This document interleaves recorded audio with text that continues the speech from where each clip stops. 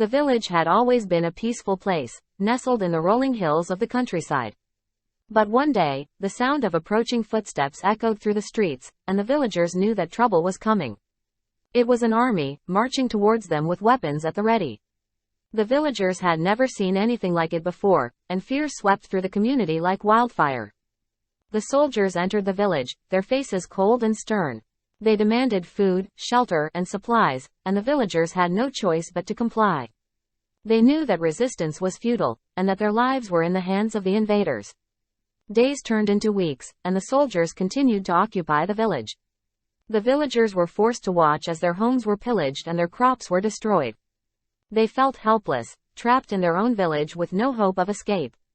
One day, a young girl had had enough. She could not bear to see her village in ruins any longer, and so she gathered a group of fellow villagers and hatched a plan to fight back. They set up traps and barricades, and armed themselves with whatever they could find.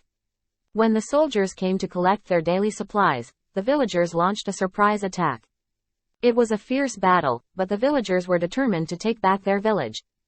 In the end, they emerged victorious. The soldiers retreated, leaving the village in peace once again. But the victory came at a great cost. Many of the villagers had lost their lives, and the once beautiful village was now in ruins.